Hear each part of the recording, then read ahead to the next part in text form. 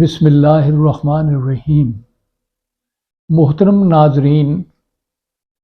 آج کی اس نشست میں ہم ایک فیملی سوٹ کا ذکر کریں گے جس کی پروسیڈنگز کو ہمیں اٹینڈ کرنے کا موقع ملا۔ ہم نے دیکھا کہ فیملی کورٹ میں خاتون کی طرف سے تنسیخ نکاح کا، ڈاوری آرٹیکل کا اور اسی طرح ہرجانے کا دعویٰ کیا گیا تھا، جبکہ شوہر کی طرف سے ریسٹیٹیوشن آف کانجوگل رائٹس کا دعویٰ تھا۔ خاتون نے اپنے دعوے میں یہ کہا کہ 4 تولے حق مہر تھا، وہ اس نے ادا نہیں کیا، اس کا سلوک پہلے دن سے میرے ساتھ اچھا نہیں تھا، مختلف طریقے سے یہ مجھے تنگ کرتا تھا، نان و نفقہ صحیح طور پر نہیں دیتا تھا اور اکثر یہ تانے دیتا تھا کہ اولاد نہیں ہوئی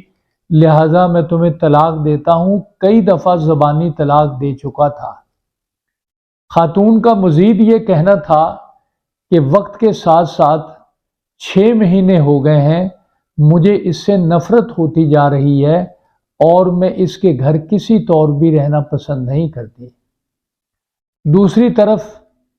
ہسبینڈ کا یہ موقف تھا کہ میں حق مہر دے چکا ہوں، میں اس کو آباد کرنے کے لیے تیار ہوں،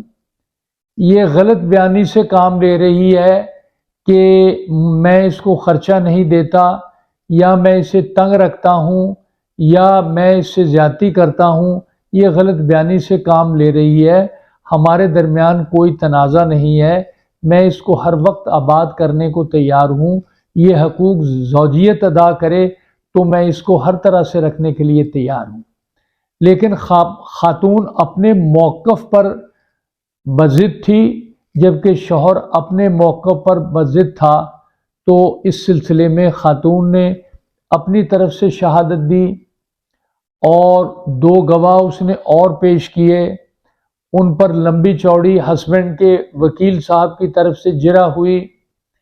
اور اس میں خاتون نے یہ ثابت کر دیا کہ واقعی مابین فریقین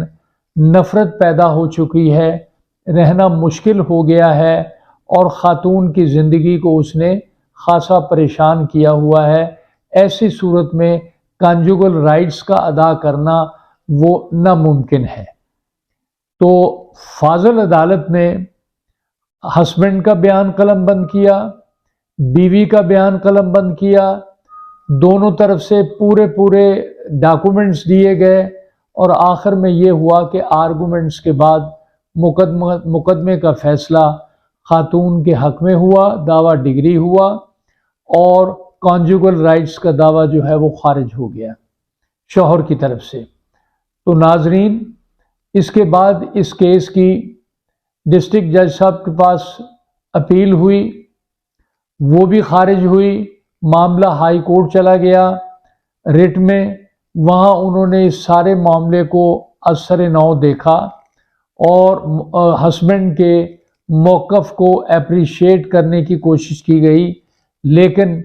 خاتون کی طرف سے جو مقدمہ پیش ہوا وہ انتہائی مضبوط تھا، اس میں شہادت پر جو جرح ہوئی تھی اس میں کوئی پوائنٹ بھی وہ حاصل نہ کر سکا تھا شوہر، لہٰذا ہائی کورٹ نے فریقین کے موقف کو دیکھتے ہوئے کیس کو خارج کر دیا اور دونوں عدالتوں کے فیصلوں کو برقرار رکھا۔ ہم نے یہ دیکھا کہ جلدی کی شادی جہاں بغیر سوچے سمجھے، بغیر فریقین آپس میں ایک دوسرے کے خاندان کو دیکھے ہوئے، بغیر کسی غور و فکر کے جو جلدی میں شادی کر دیتے ہیں میچ میکرز کے تھرو، ان کے انجام جو ہیں وہ اچھے نہیں ہوتے، لہٰذا شادی کے معاملے کو بڑی دانش مندی سے، بڑی حکمت سے اور بڑی دانائی سے سالو کرنے کی ضرورت ہوتی ہے۔ یہ بات بھی بہت ضروری ہے کہنا کہ یہ شادی کے معاملات تو آسمان پر سیٹل ہوتے ہیں، دنیا میں تو صرف ان پر عمل درآمد ہوتا ہے، لیکن اس کے باوجود